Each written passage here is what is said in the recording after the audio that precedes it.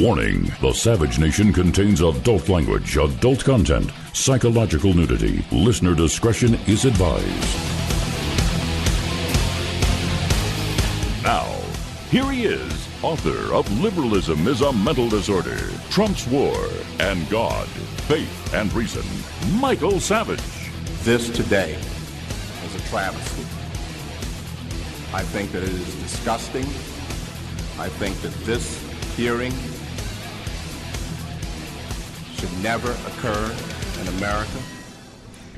This is a case in which this sleaze, this dirt, was searched for by staffers of members of this committee.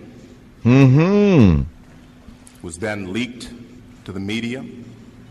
Thank you, Dianne Kreinstein. This committee and this body validated it and displayed it at prime time. You're listening to Clarence Thomas in 1991, who was subjected to the same kind of sleaze that Dianne Kreinstein has just inflicted upon Judge Kavanaugh. Listen. Would like sleaze said about him or her in this fashion, or this dirt dredged up, and this gossip and these lies displayed in this manner. How would any person like it? The Supreme Court is not worth it. No job is worth it. That's the high-tech lynching that was done to the only African American on the U.S. Supreme Court. The Democrats know no bounds when it comes to evil doing. So here we have an accusation that he assaulted a girl in his teen years, and yet the friend who said he was there at the time, that this girl, or woman, whoever she is, who's supposed to come forward, his friend denies the accusations. The friend has been identified as conservative author Mark Judge. And the friend says they never did anything like what this Democrat radical woman claims.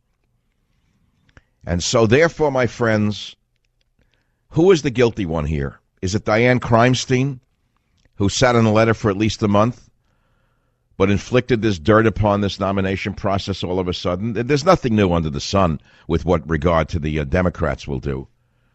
But I'll tell you what. Here's the story. I have one of the America's top criminal defense attorneys coming on the show in a few seconds, and I want to hear what he has to say, because what's interesting is this criminal defense attorney, who also happens to be my attorney, Dan Horowitz. Dan, are you there? Let's talk to Dan directly. Dan, welcome to the show. Dan, are you there? Well, I thought he was there, but he's gone. I tried him, but I guess there's no connectivity. So we'll get him as soon as we can on the Savage Nation. He is waiting, but apparently there's no connection. We'll try him again. Dan, are you there? I'm here. Dan, now, forget the Kavanaugh case, please, for one moment. Did you not represent the former wife of Mel Gibson? Yeah, the girlfriend, the paramour, while his marriage was falling apart. He took up with Oksana Grigorieva, had a child with her, and then they had a very, very nasty fall. I'm only mentioning that so people understand you're not a real estate attorney. No. In other words, you're not a real estate lawyer. You know what I'm saying? You're not Mr. Cohen. This is your specialty. You deal in these cases. So since you know the ins and outs of these cases and you've represented a high-profile woman in a high-profile case that is not directly related to this, what do you think of the accusations against Kavanaugh, Mr. Dan Horowitz? Well, Michael, I put myself in the shoes of representing Kavanaugh as a criminal defense attorney. And I say, look, it seems credible. It does seem credible that at 17 with a lot of alcohol, you could go over some lines. So I've got to give the attackers that. I can't write off just because politically it seems expedient, to attack her or expedient to attack him, depending on how you look at his nomination. There is a chance that she's telling the truth in large part, but I'm very concerned about certain aspects of her accusation. I think her letter is an outrage. So there are many ways that I am attacking. Well, what do you mean her letter? What about her letter bothers you as a if you were representing Kavanaugh, let's forget her for a minute, and you took his side, what would you say about her letter? Somebody sat down and helped her write the letter for political purposes, and when you tear it apart, you can actually see it. I'll give you the broad outlines of what bothers me. First of all, it is deliberately vague. Here she is writing this letter. You don't know the date. You don't know the location. It's sometime in the 80s, somewhere, and you don't have the name of the school other than it's an elitist boys' school or something like that. There's no details to her therapist and no details in the letter. So why is she keeping this so vague? Well, hold on a minute. This was a letter to her therapist about this trauma? Well, not apparently. That came up during her... Wait. I read that this came up in a therapy session with her shrink because her and her husband were in therapy together because this so traumatized her in 1981 that it's all coming back to her now and just affecting her so deeply. But, Dan, the question is, if it's a he said, she said, how does she prove these allegations? She can't prove them. And by telling her therapist it's an elitist boys' school, but she doesn't name the school. In the letter that she gave to Anna Eshoo to give to Dianne Feinstein, there's no dates. There's no real location. There's no name of the school. She's keeping it vague because if anybody gets the letter or gets this information before she leaks it, before Feinstein leaks it, they can't. There's no way to respond. There's no way to prepare to discredit, and that's why. So it's. Oh, you mean so it was written a long time ago to deny the accused of any defense? Right. It's just meant to smear him and make him incapable of being prepared. So let's say he had this letter. Let's say the Republicans on his side got a copy of this letter a month ago. There's nothing in it that they can really use to pinpoint, well, wait a minute. She says that he locked the door, but in that house, that bedroom door or those bedrooms didn't have locks. They don't have time to do these kinds of responses because... Wait, so you're a criminal, white-collar criminal defense attorney. I want to be clear about that. We're speaking with Dan Horowitz, who deals in these kinds of cases. And have you taken both sides of these type of cases? Perpetrators, particularly perpetrators. Dan, have you represented men who have been accused? Oh, yeah. Okay, so you know how to defend, and you know how to prosecute such a case. So you're saying one of the things you would ask is, were there locks on the doors if you had gotten it a month ago, right? Right, because she said that he locked the door and locked her in. So let's find out if there's locks on the door. There probably were, but what if there weren't? Okay, then I would like... This is how a lawyer does his job, very specific details. Right, and she provides very few details, so you can't tie her down. She doesn't provide the names of all the other people who were at this drinking event, so you can't talk to them. She would theoretically know those names. It doesn't mean she's lying. She could be telling the truth 100%. All right, so let's go to her side now, because you prefaced your appearance on the Savage Nation today by saying she could be telling the truth, right? But why would she wait so long, Dan? Right. Well, look, you got to make believe that this is a member of your family, and you can't discredit her just because you might support Kavanaugh. If she's telling the truth, we've got to deal with the implication of the behavior of somebody with a lot of alcohol at age 17 and whether that carries over till now. So the strength of her allegations are that in 2012 it does not seem she had a great motive to make this up to target Kavanaugh or anybody else. So to the degree that she related this incident to a therapist, then it gives her great credibility. All right, Dan, you had mentioned before that the left in this country, which is so quick to say, if a 17-year-old commits a felony, we should release him from prison because the developing brain of an adolescent is not an adult brain or something along those lines. Could you elaborate on that? Right. I mean, that's the greatest trend where in California we used to be able to keep sadistic, horrible murderers locked up the rest of their life, even if they were 1 week shy of 18 years old. But now the law has changed. They get automatic parole dates, and you don't know what a parole board is going to do in 10, 15 years. You don't want to fear that these sadistic killers will get out. But the philosophy is, psychologists say that at age 18, your brain is not fully formed, and at 25 or even 30, you finally reach your full psychological and moral. So that's the liberal argument, which is at 18 or 17, your brain is not fully developed. So leave the murderer or the rapist out of jail. But now, on the other hand, they're telling us we should condemn him to death. By the way, right now the president is speaking about Supreme Court nominee Kavanaugh. Dan, let's all listen If we can get the feed going, go ahead. Let's hear this. If we can get this up, this is super important, Clint. Are we ready to go on it or not? Because in higher positions. Here we go. He is somebody very special. At the same time, we want to go through a process. We want to make sure everything is perfect, everything is just right. I wish the Democrats could have done this a lot sooner because they had this information for many months, and they shouldn't have waited till literally the last days. They should have done it a lot sooner.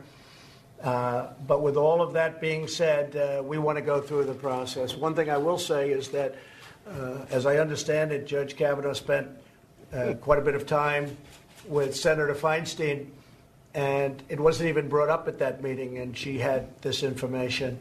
So you would have thought certainly that she would have brought it up at the meeting, not wait till everything's finished and then have to start a process all over again. But with all of it being said, we want to go through a full process. I have great confidence in the U.S. Senate and in their procedures and what they're doing, and I think that's probably what they're going to do. They'll go through a process and hear everybody out. I think it's important. I believe they think it's important. But again, he is one of the great intellects and one of the finest people that anybody has known. You look at his references, I've never seen anything quite like it. So they'll go through that process and we'll get it done. I don't know. It depends on the process. I'd like to see a complete process. I'd like everybody to be very happy. Most importantly, I want the American people to be happy. All right, let's cut away from the president for a minute because I think what he just said was we're going to have the Senate hearing, right, on the accusations. That will slow it up for sure, right, Clint? That's what we got to agree here. Dan, does that sound like it's going to slow it down a bit? Sure, it slows it down, but so what? I mean, we do need to hear both sides on this. Is she going to actually testify, or is she going to make believe she's this little feigning woman who is too weak to testify? What do you think is going to happen there? I think she's going to speak clearly. I think she'll be very forceful and very convincing. Will she break down? Will she have a box of tissues next to her? Will she have a handmaiden next to her to wipe away her tears? Will she need many glasses of water during the breakdown? See, my sense is she's going to make a good argument that they were all drinking and they were all somewhat out of control. And I think ultimately it comes down to whether he was truly assaultive in a clear and vicious manner, or whether at age 15, that was her age, and 17, apparently his age, what you do and how you act is just almost hard to recall and hard to quantify. I understand if he'd raped her, it would be a crime, and I wouldn't be talking. Is she accusing him of rape? She says he just rubbed against her. Well, I think what I'm hearing, the way she described it, that the friend said stop, and sometimes he said go for it, that she saw it, she perceived it as being on the borderline of a rape, and that they didn't go through with it, and then they fell on each other. Okay, Dan, if this were your daughter at 14, how would you react today? And if this were your son at 17, how would you act today? This is the Savage Nation. We are talking about Justice Kavanaugh, who has now been accused by Senator Dianne Feinstein of a crime he committed when he was 17 years old, if he committed this crime. And if you care to comment upon this, we have the number one white-collar criminal defense attorney in the United States of America with us, Dan Horowitz. It just doesn't get any better than this show, as far as I am concerned. Savage.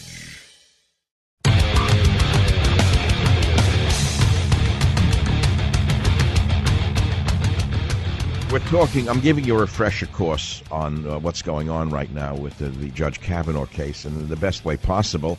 And I'm with us a man who has dealt on both sides of this issue, who is a white-collar defense attorney, Dan Horowitz.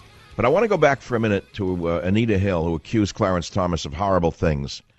We've been through this before. In 1991, the filthy, dirty, degenerate criminal Democrats did the same thing to a fine man named Clarence Thomas. And I'm not going to read what they said about him, but it was this woman, Anita Hill, says that Thomas, as her boss, tried to date her, subjected her to extensive unwanted conversations about sex and pornography. I'll leave out some of the details about the Diet Coke can and the pubic hair on it and the names that she said he used. And she said she was just, humiliated by it. He spoke about such matters as women having sex with animals, and I'm quoting now, and films showing group sex or rape scenes. And on several occasions, Clarence Thomas graphically described his own sexual prowess and the details of his anatomy. Now, Dan Horowitz, let's go back to that. How come that case with Anita Hill blew up in the Democrats' face? Why didn't that derail Clarence Thomas? That's a good question, Michael. It almost derailed Clarence Thomas, and it certainly harmed him emotionally, I think, for life. I think in that case, Congress, the Senate, was just maybe comprised differently. There was less of this Me Too movement. I think today it would have potentially derailed Clarence Thomas. All right, so that brings us to today. Do you feel that this will derail Mr. Kavanaugh?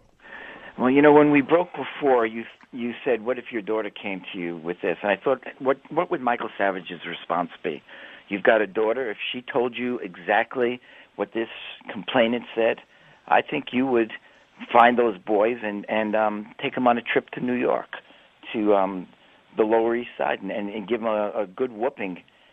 I don't know. What? You mean, 40 years later, what can you do with a man who allegedly did this to your daughter when he was 17? What are you going to do? Take him on a you're going to take him on a Sicilian fishing trip?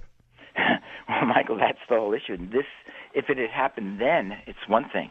Her silence for so many years raises grave questions about her credibility. Even though hold it there.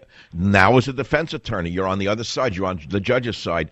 Whether it happened or not, you're saying, how can we believe her? Aren't you saying that? Yes, and it's not just because a normal, average victim would come forward. That you can't say. But here's somebody who has been a psychologist, PhD, since the 90s. And she's been through, I'm sure, lots of therapy sessions. To never say a word about this in her profession is very unusual. Yeah, we're going to be back with Dan Horowitz to talk about Judge Kavanaugh. Be here or be nowhere. Savage.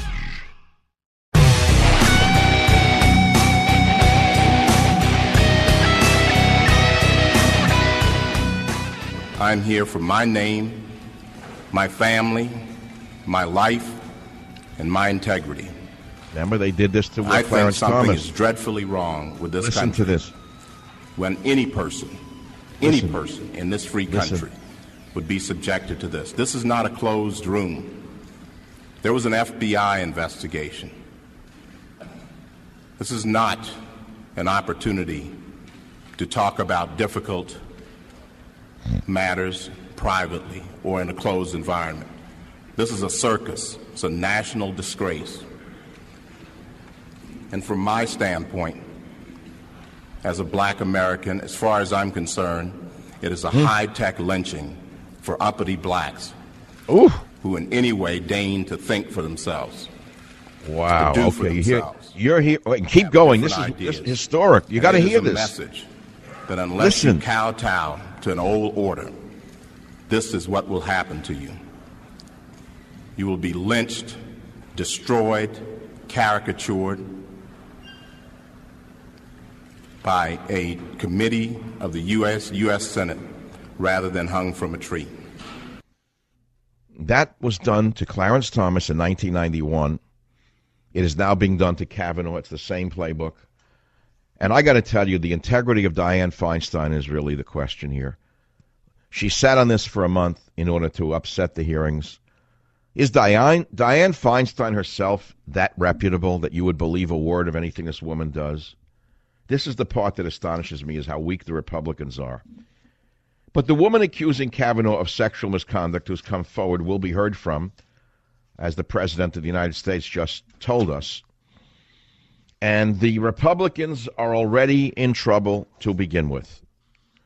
Just the other day, Matt Drudge tweeted on Friday night that they're going to lose at least 60 seats, which was a huge, huge changing of the winds. That's all I can say to you. And the Republicans themselves are terrified of this election. And what the Democrats are doing here is pretty clear, is they want to delay any nomination till after the elections so that they hope that if they gain a majority, they can block any future appointments by President Trump. It's that, it's that naked what is going on here. So, Dan Horowitz, going back to you as a criminal defense attorney. Are you still there, Dan? I'm still here. You asked me if I would take somebody like that on a Sicilian fishing trip. Well, number one, I'm not Sicilian. But for those of you who don't know what that trip is, it's a one-way fishing trip. What would you do, Dan? You're the one with the young children. What would you do? No, I shouldn't ask you on the air. You're a lawyer. Sorry. You already know, but I certainly would. You're worse than me, man. You're much worse than I am. I'm actually a nice guy compared to you. But Dan, aside from the banter, tell me what you think's going to happen here. I think she's going to testify, and there's some areas where she's going to be very, very critically questioned. For example, in her letter, she says, quote, "I have received medical treatment regarding the assault." Now those are weasel words. I think what she's trying to say is I saw a therapist in 2012 with my husband for our marital problems, and I brought it up. Okay, so their marriage went on the rocks. There was no sex, and she was blaming it on this event when she was 14 or 15. That be what that means, but that sentence is very, very vague and ambiguous, and it makes it appear that he physically damaged her, which I don't think is really the case. So I think they're going to focus on her choice of wording and what she was trying to say very much. I want to ask another question. What was a 15-year-old girl doing at a party with 17 and 18-year-old boys? Right, that's the other issue they're going to say. They'll say, look, you were both at these elitist prep schools, and how drunk were you? You say that they were extraordinarily drunk. How about you? And they're going to hit her with that. Well, but Dan, as a defense attorney, that kind of is an inadequate question, I think, because does it matter how drunk she was? In other words, she was there, so they gave her alcohol, which was a crime unto itself, right? But the problem is, in terms of recalling what happened, in other words, her memory could be fogged. I mean, at that age, you really can black out very easily. And I'm not saying that she's making any of this up, but if you are a defense attorney, what you're going to say is, are you sure it was Kavanaugh? Who else was at the party? Maybe this happened to you that night. Did it happen another night? How much were you drinking during that time of your life? Why did Dan, I have another question. This is a very difficult question or statement to make. In those days, are you telling me most men didn't basically get women to drink and then they would both fall into bed together? I mean, isn't that how it worked? Well, of course, I'm a little bit older than he was. In my day, we smoked marijuana, and we were in a different state of mind. But I think it's very, very much part of the American culture to have done that. And I think that culture is being rejected now, and it's changing. It's been changing for years. If he did that, if he was part of the culture of that time period, and he went over a line as we judge it today, the question is, did he go over a line as we judge it back then? I think so, if she's telling the truth. But I'm not sure whether he's changed. I'm not sure how he's dealt with it. My concern, Michael, is that he totally denies it, doesn't explain it, doesn't deal with it. When you played Clarence Thomas, the reason I was so quiet for a while is that it's stunning in terms of how he so directly voiced his feelings. I hope Kavanaugh doesn't just say it didn't happen and then it doesn't give us any feeling for who he is as a person, because I think we need to hear. Let's take a couple of quick calls today on the Savage Nation. We're only talking about the woman behind the letter accusing Judge Brett Kavanaugh of sexual assault. Her name is Christine Blasey Ford, and among reports coming out is that Ford's parents were defendants in a case that was presided over by Brett Kavanaugh's mother. That's another little revenge story here. Let's hear what the listeners have to say quickly on the Savage Nation. Robin, WABC in New York. Go ahead, you're on the Savage Nation. Hi, how are you? I'm happy to speak to you. I listen to you every day. Anyway, back then, I'm a 67-year-old woman. I mean, I had friends that I wanted to kiss and make out with. They didn't want me. I had men, young boys, come. I didn't want them. There was always a tussle, always a this. It seemed to be a thing. Wait, you're saying when you were a kid, it worked both ways? It worked both ways, honestly. At 15, though, I was not at any frat parties. I was not going to a college, and my parents had a handle on me. And another thing is... Well, so you're saying where were her parents? Go ahead. You're saying where were her parents? Yeah, at 15. Where was her girlfriend? Did she go alone? Was she just left there? I mean, we watched. That's very interesting. We're hearing about Kavanaugh's friend who denies this happened, but where were her friends denying or supporting her? Where are they? And did she go alone? That's really, really precocious. And you know what, really, you're so sexually heightened. You know this is going to come. Me? I'm sexually heightened? No, I'm not. I'm on the radio. I mean, as a young... I'm trying to make light of a very serious matter because otherwise, we'll get so trapped here in this. But you're a mature woman saying in those days, men try to force themselves on you. Sometimes you push them away, blah, blah, blah. That's what you're saying.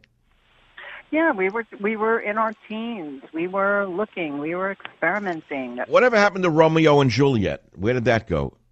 To push me down and take advantage of me. Now, what would happen? What would you have done without getting specific if a man had pushed you down and took advantage of you? What would you have done as a young girl? We left. We'd had it happen. We left. We got up. All right, well, no, so it did happen. So guys did try to take advantage of women then, and you had an option, by and large, to get away from there. Is that what you're saying? Yeah, exactly. So as a woman, you're probably a conservative. You're on Kavanaugh's side, right? Well, you know what? Look, it's awfully strange that they dug her up. And Dianne Feinstein, why isn't she in jail? Why did she have to? You know what? She has a whole other story.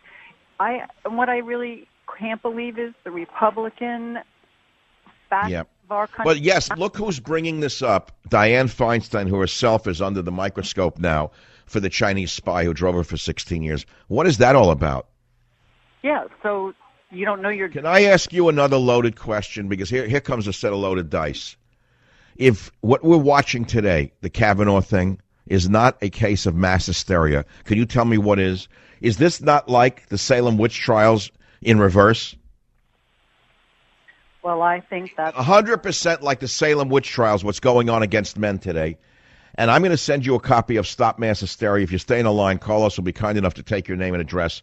The book will be out in 2 weeks. My God, it gets closer and closer and closer of the Stop Mass Hysteria. But I'm telling you, the book is so on target, it's getting to be more frightening by the day. This is the Savage Nation, and I am broadcasting live, strangely from all places, from Los Angeles, California. Last night I was down in the heart of the monster at an Emmys party. I got to report on that one of these days. Nothing really happened there, but I got to tell you, an Emmys party, you talk about promiscuous, you talk about people dressing to kill, you're talking about Manolos by the boatload, right? This is what you're talking about. And so there were two girls dressed up as handmaidens for the movie they were promoting, Handmaid's Tale, a TV show, A Handmaid's Tale. You got to go on michaelsavage.com and see the picture we took of me with the two handmaidens at the the Emmys parties last night. I had a good time. Nothing happened. The point is, we live in a sexually fueled society. But Daniel Horowitz made the most interesting point to me, which is at the left, which says a boy of 17 or 18 is too immature. His brain is not mature, so don't hold the crime against him when he's an adult. Release him from jail no matter what the crime is. But now they're saying Kavanaugh is a criminal for something he may have done when he was 17. I think that's more germane to this discussion, Dan, than anything. You care to elaborate on that mature brain theory? Well, yes, and I think your last caller was wonderful because she's basically saying that the allegation as we hear it, even if it's true, was within the realm of behavior of that time period. So how aberrant was he really given the time frame that he lived in? And that raises an issue by itself. Secondly, has he matured? When I look at the pictures of him and his wife and his children, he seems to be a wonderful family man. If he truly is a wonderful... Yeah, but come on, Dan. The opposition would say it doesn't matter how good he is now. If he committed a crime then, he's guilty and he's unqualified. That's what they're trying to say. Come on. And I don't know the answer to that. In terms of the death penalty, one of your arguments that you make to a jury is, do you judge a man by the worst thing he's ever done in his life, or do you look at the totality of who he is? Really? You've argued death penalty cases? Oh, many times. I've taken 9 to trial.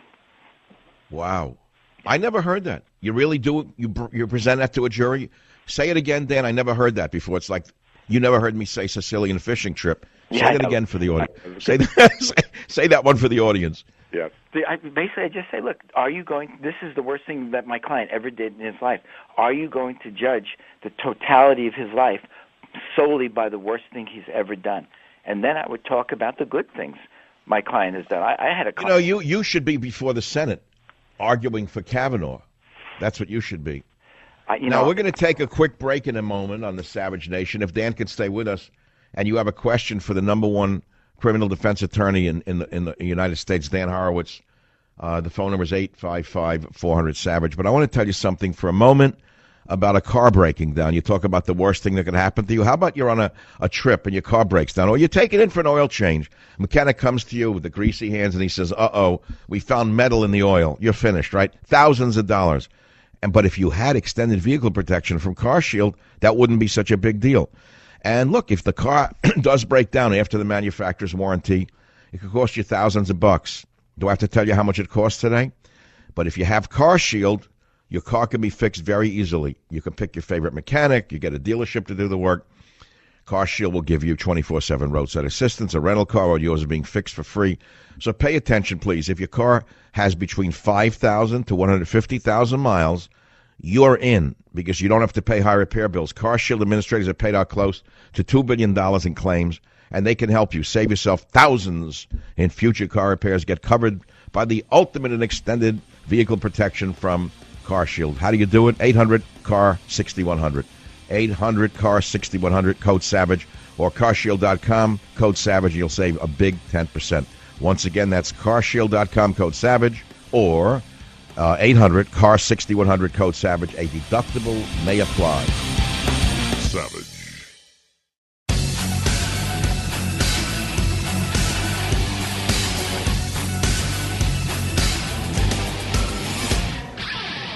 Here's some breaking news about the Kavanaugh story that you're not going to hear from Diane Crime Scene. In a conversation today with Senator Orrin Hatch of Utah, Supreme Court nominee Brett Kavanaugh denied having attended the House party where he is alleged to have assaulted Christine Ford. And so Orrin Hatch suggested that Ford must be mixed up, according to NBC News. This is an astonishing breakthrough. Kavanaugh says he was not even at the party. Dan Horowitz, you're a criminal defense attorney. What does this portend for the case? Well, Michael, this ties exactly into the 2012 meeting with the therapist and her husband, where she did not give a name of the person involved. She just said, according to the therapist's notes, that it was somebody from an elite boys' school. So here we have it, a chance that maybe she was drinking a lot, partying a lot in those days, and she may have been honestly mistaken. We don't know. But the fact that details have been withheld until the 11th... No, but wait, he just denied even being there. This is Dan, you're a defense attorney now for Brett Kavanaugh. He says, I wasn't even there. Right. What happens now? Well, what you do is you pick on the points that I just pointed out. One is that she's given so little detail over all these years, suddenly it's him. Why didn't she bring up this detail against him when he was appointed to the circuit court in the District of Columbia? Oh. 2006. Why wait until now? She really could be mistaken. It may not have been him. Maybe she was at another party with him. Maybe he looks like somebody. Who knows? But it focuses now on her. It as a tax. Well, wait a minute, Dan. Can she be criminally indicted for perjuring herself by trying to destroy this man if it turns out he wasn't there? If she's deliberately lying in order to assassinate him politically, of course. But I think we have to give her the benefit of the doubt. Wow. Wait, no. Turnabout is fair play. The handmaiden's tale, man. So why shouldn't she be on the fire here for potentially trying to destroy a man's life and his nomination? When we come back, we're not letting go of this diamond, because this is it. Savage. Warning, the Savage Nation contains adult language, adult content, psychological nudity. Listener discretion is advised. Now, here he is, author of Liberalism is a Mental Disorder, Trump's War, and God, Faith, and Reason, Michael Savage. Well, we're talking about this blockbuster case of accusations against the nominee judge, Brett Kavanaugh, by this Christine Ford, And there's been a huge development in the case in the last few minutes, which is that Brett Kavanaugh is denying having even been at that house that she claims she was assaulted in. It's a complicated sentence, but it's a complicated case. And as I've been showing you on the program today, and you want to get it on a podcast tonight because no one will do a better job than I, which is why I'm known as the best in the business. Everybody knows that around the world. But the fact of the matter is, I played Clarence Thomas today, 1991, which you'll hear others copy a little later on. And it's almost the exact same playbook. Exact same playbook all over again. It's always sex.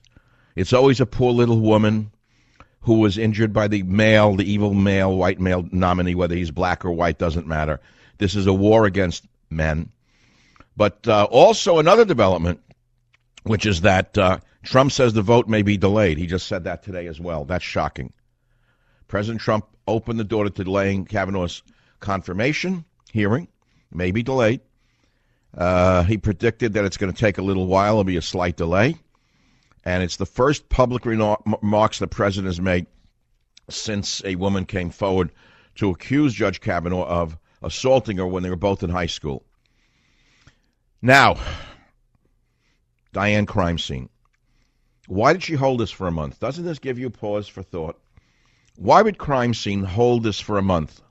It's sickening, by the way, to do this to a man, number one. But if you listen to the first hour, Dan has a daughter, a young daughter and a young son. Michael has a young, not that young anymore, but I have a son and a daughter. I take both sides on this. And so I think the time is up on these allegations. Dan made a very interesting point when he said when he argues death penalty cases, and he's done many of them. I didn't know that, by the way, about him. I never knew Dan was a death penalty case guy.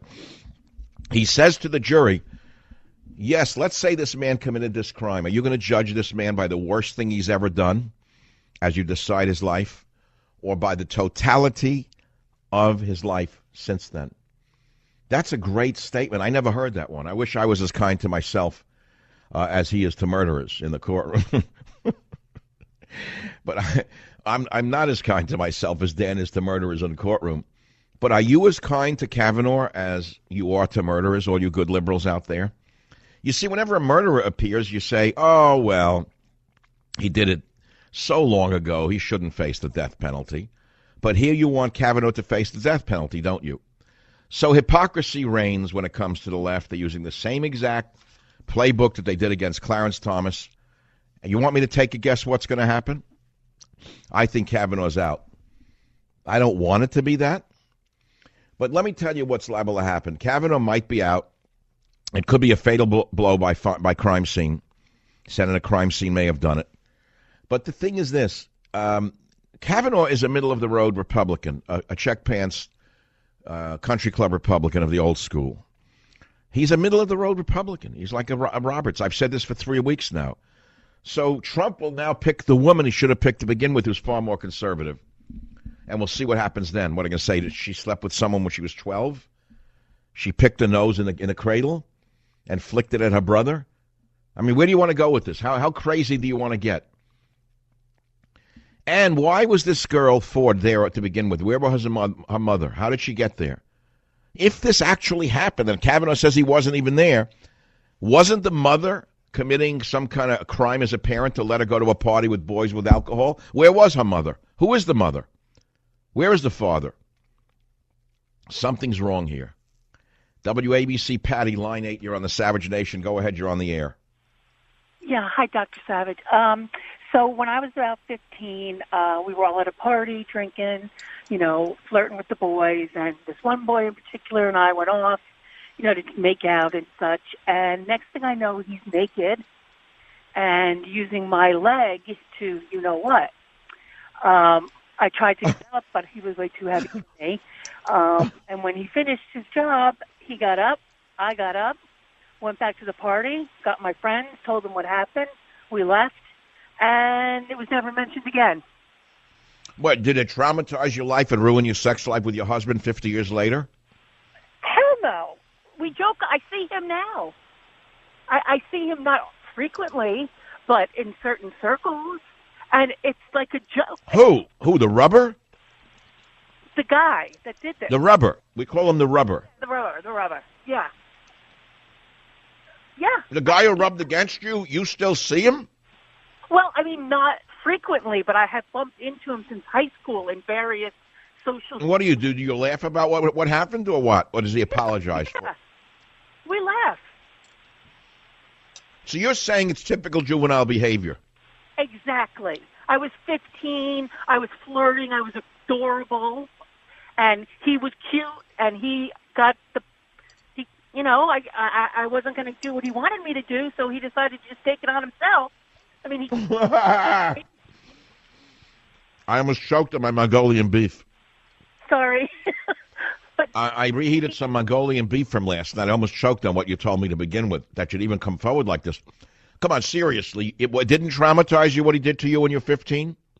no. I mean, for a couple days afterwards, my girl... Did you tell your mother? No, I didn't tell my mother. Did you tell your priest? No, I told my girlfriend. Well, where are her girlfriends then? Pardon? Where is this girl's girlfriends to confirm or deny? No, if I were to put... No, forget you for a minute. Where are Ford's girlfriends to say this happened? Where are they? They're not around because guess what? It's made up. She's a left-wing nut job like the rest of them, and she's lying. Oh, are they ever? Why are liberal women so insane? I believe that it's an out-and-out lie. And if it's not, like say that the guy that did this to me all of a sudden became like whatever, I would never. We were kids. What are you going to say? I stole a candy bar when I was 8? There you go. Right, that's the next thing. Right. He cut down a cherry tree. He cannot lie. So all I'm saying is that, kids are kids. If it wasn't for social media and us seeing everything on, How do you feel about Dianne Feinstein holding this letter for a month until he's almost confirmed? How do you feel about her? Disgrace on every level. She's an embarrassment to women. And I would love to meet one person that goes into there and pulls the trigger for her. And I would say, you're a total moron. Wow. What do you mean by pulls the trigger? In the ballot box. Pull the lever. Oh, she's a shoo-in. She got the illegal aliens. She got the nut bars out here. She got the fruit flies. She has the candy bars. She has the nuts and honey. They're all lined up. Oh, I know. They're all liars. They're all liars. They're all hypocrites. Yeah. You know what I'm going to do for everyone in America? I was down in the downtown of San Francisco last week. I am going to take a car with a camera and go down Eddy Street, and I'm going to show you what the streets are in Dianne Feinstein's backyard. I'm going to show America what is swept under the rug. I'm going to show you what Dianne Feinstein and Nancy Pelosi have done to this beautiful city. I'm going to show you street scenes that you think I will have invented and made up because you will not believe what you're going to see. And this goes on in Dianne Feinstein's backyard, Pelosi's backyard, Anita Eshu's backyard. This goes in the background of the city which they hide. There is no excuse for this. And now they're sitting here on their high horse telling us that they know what's better for this country. All right, look, I'm sending you Stop Mass Hysteria because this is insanity. When I say America's insanity from the Salem witch trials to the Trump witch hunt, I would only add one thing to the cover, but it's too late, to the Kavanaugh witch hunt, because this is a Kavanaugh witch hunt. This is astounding. Well, who's coming next? Who's going to be accused next? Remember what I said a few months ago when this all started with Harvey Weinstein years ago? I said J'accuse. I brought up the French Revolution. Remember, I was the first to give you the whole French Revolution background, J'accuse. All you had to do during the French Revolution to destroy a person's life and have their head cut off by a guillotine was say, I accuse him. And that was the end of the person's life. The same thing happened during the purges of the Soviet Union. The same thing happened in Hitler Germany, and now it's happening here in the United States of America. And these executioners like Feinstein are no better than the worst of humanity at their worst, because this is what they are. This has no dignity to it, but I'm afraid he's done. I think that the hysterical times that we live in will dictate that he step aside. It's a sad thing that a man who has such a good track record and a good life and a good wife and good children should be shafted. My only hope is that Trump immediately picks a far more conservative woman, who, by the way, was online to be picked. But how is she going to get it? How is she going to get accepted? And you know what's really sitting here in the background? I want you to turn your clock back to when the most radically dangerous judge in America became a Supreme Court justice. Her name is Ruth Bader Ginsburg. She even tried to cover her tracks last week by saying, oh my, the times we're living in are so shocking. It's so politicized. Here was a woman who was the chief litigator for the ACLU, who by definition was an extremist, who by definition could not have been nominated because of her extremist background, and yet she was appointed, I think, 93-4. When Ruth Bader Ginsburg came up, she was approved 93-4 or something along those lines. 93 senators approved her because they were so afraid of her. And look at the damage she has done to this fair republic ever since this radical was foisted upon us by the radical left. Do you actually think that Ruth Bader Ginsburg could get through a nomination process today if they were to bring up some of the cases that she supervised as a litigator for the radical, anti-American, anti-Christian, anti-family, anti-God ACLU? If they ever brought up any of her cases, are you telling me it would have gone beyond the initial nomination process? No, it would not have. So you know what goes around comes around, and if I were a Republican senator, which I am not, I would go on the attack right now. I certainly wouldn't sit here on the defense. I'd go after the accusers as fast as you can say, well, as fast as you can say Clarence Thomas. I'd go after every one of the accusers because all of them have skeletons in their closet. And my friends, the only way to fight this fight is by fighting this fight. I'll be back in a minute. Savage.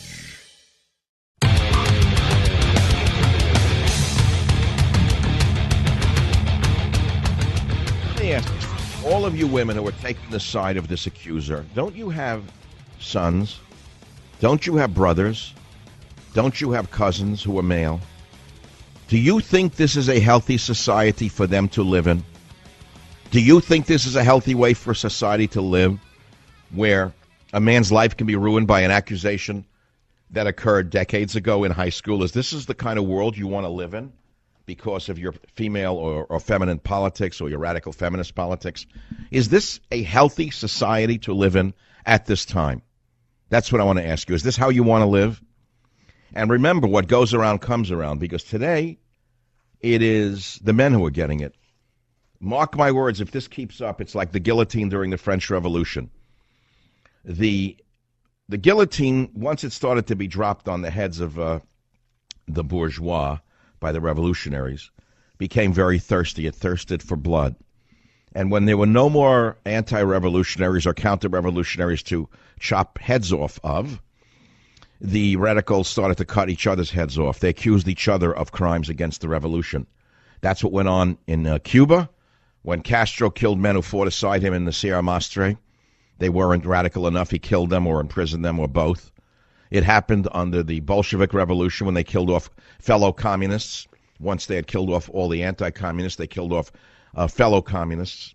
It happens everywhere a revolution occurs, as I so succinctly point out in Stop Mass Hysteria, which is a book that every intelligent person in America must read. That's all I can tell you.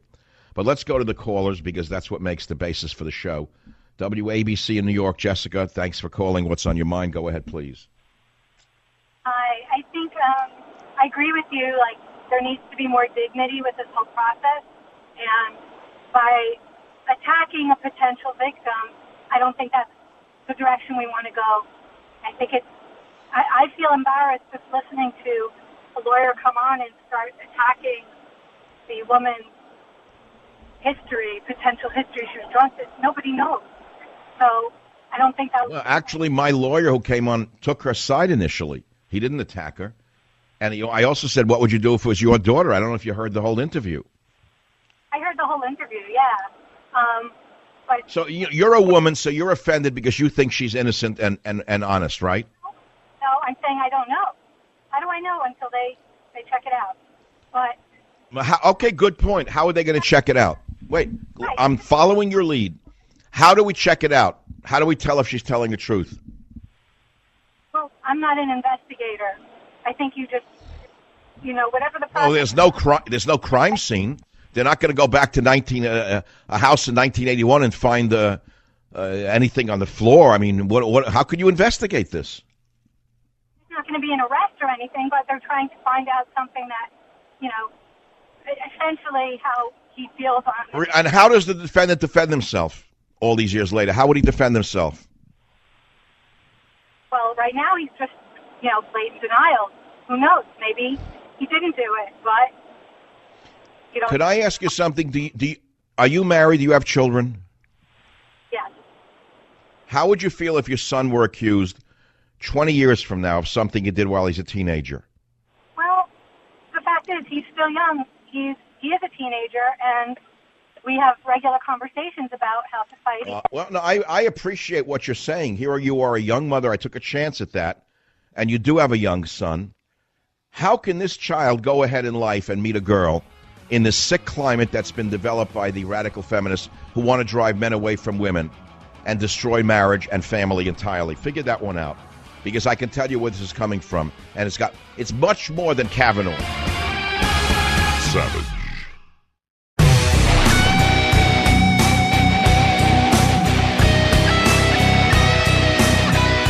So, welcome back to the Savage Nation. We're talking about Kavanaugh.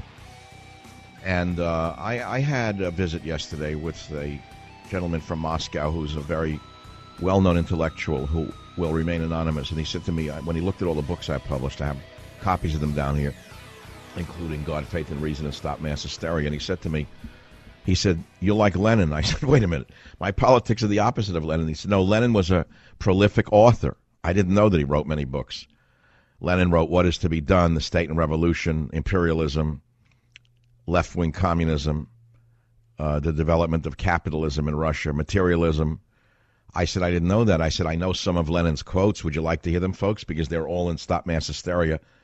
You're going to learn so much by reading my book that no one else can teach you the way I did. I'm going to give you 3 quotes from that book that you must have. Here's Lenin, who was the architect in many ways as a communist revolutionary, who was the head of government of Soviet Russia from 1917 to 1924 and of the Soviet Union from 1922 to 1924. Here he is, the architect of evil, saying the goal of socialism is communism. Lenin said that, not Michael Savage, but it's quoted in Stop Mass Hysteria. What else did Lenin say that you must know? A lie told often enough becomes the truth. That was Lenin. And here's another one for those of you who are into gun grabbing, you fools you. Lenin said one man with a gun can control 100 men without one. All of you who want to make America gun-free. We know the truth. It's all in Stop Mass Hysteria because we're living through it.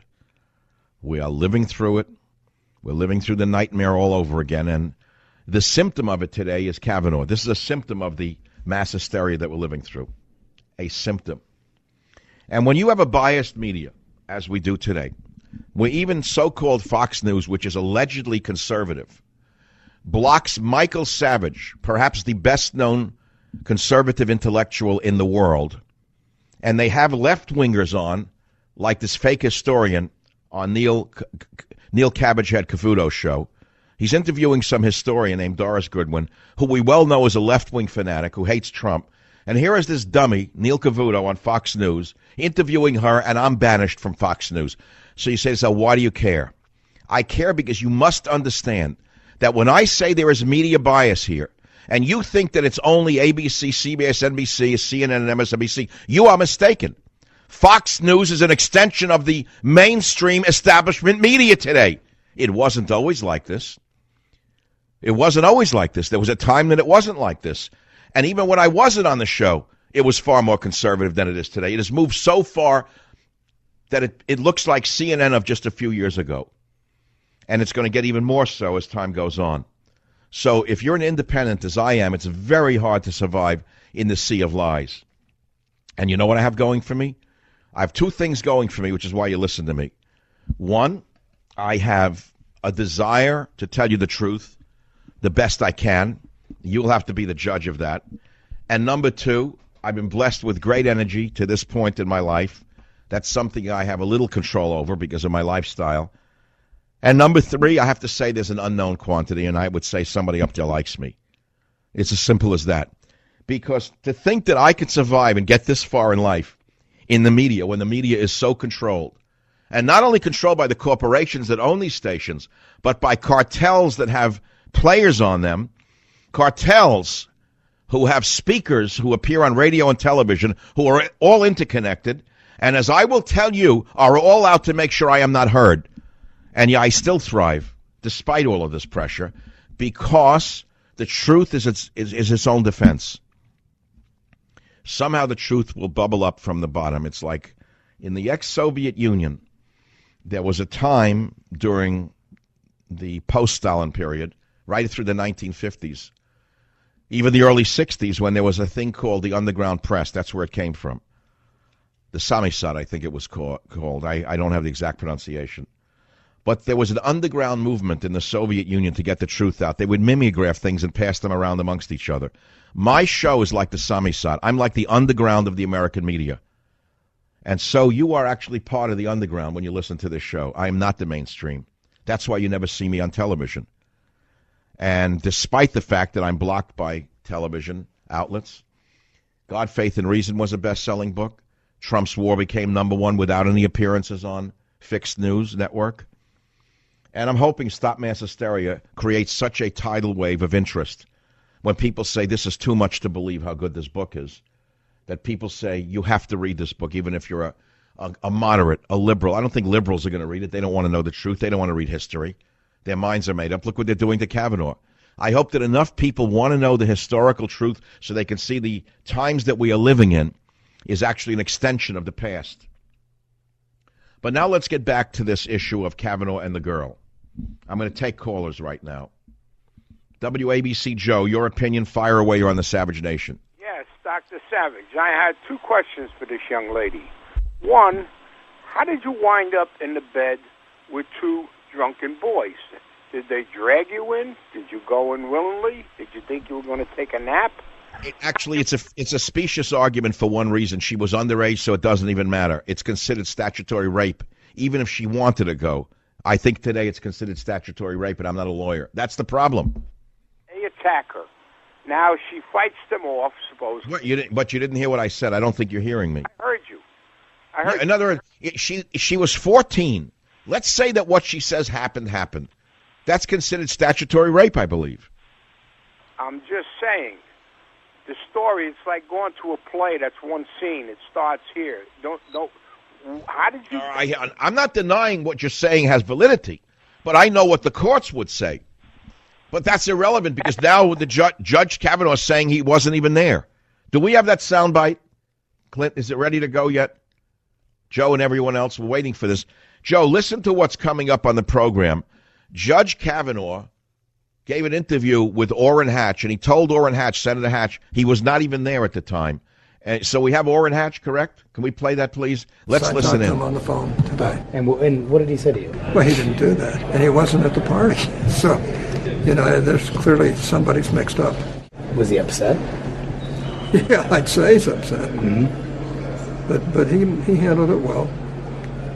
He's a very strong, decent man. And you believe him?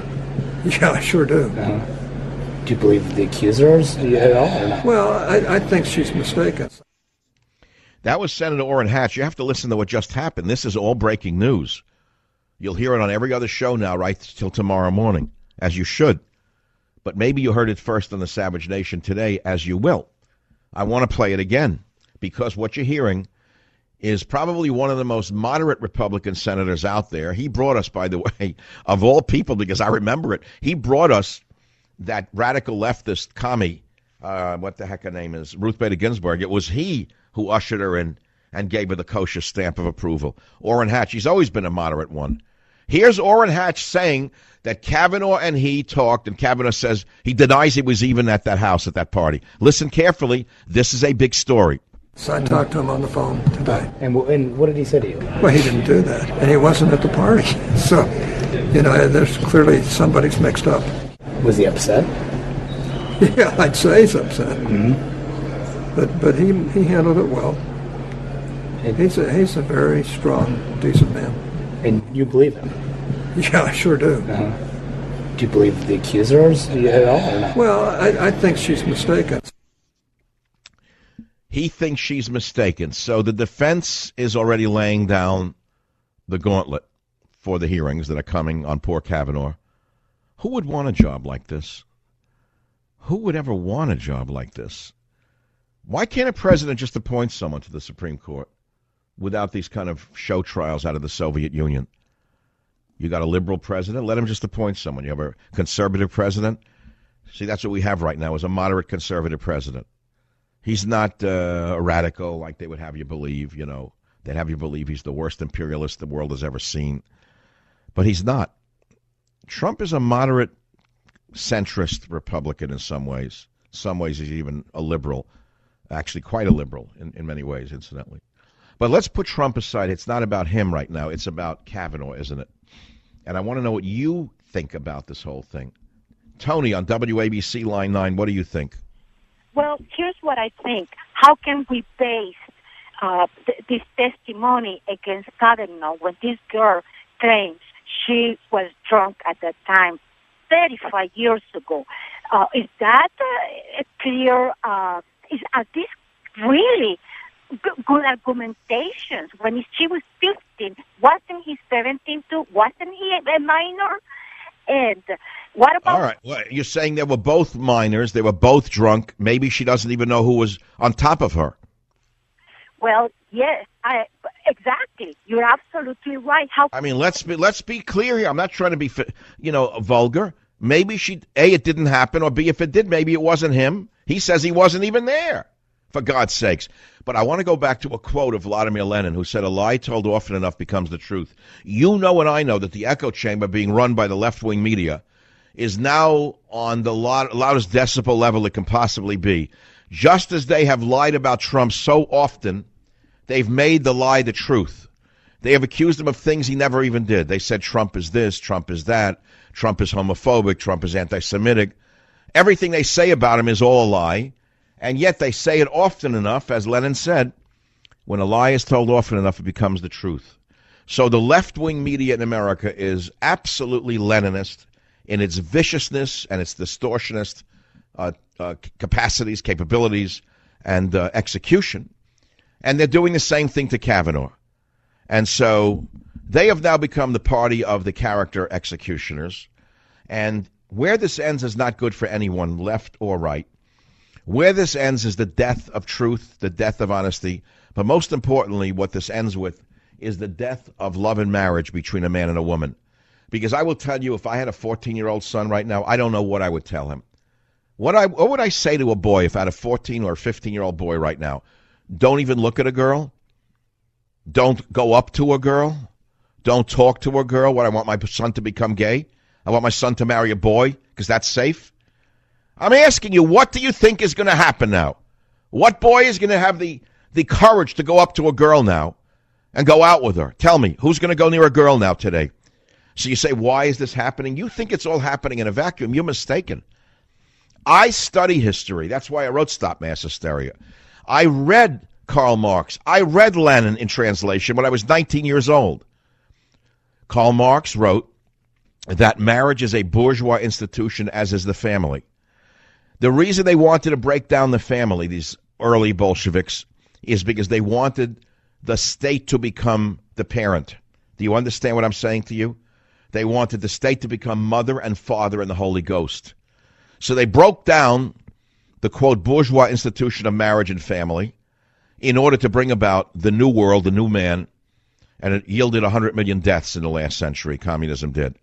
And we're on the road again to repeating history all over again because people do not learn from history. And when they don't learn from history, they're condemned to repeat it, as the Spanish philosopher Santayana said.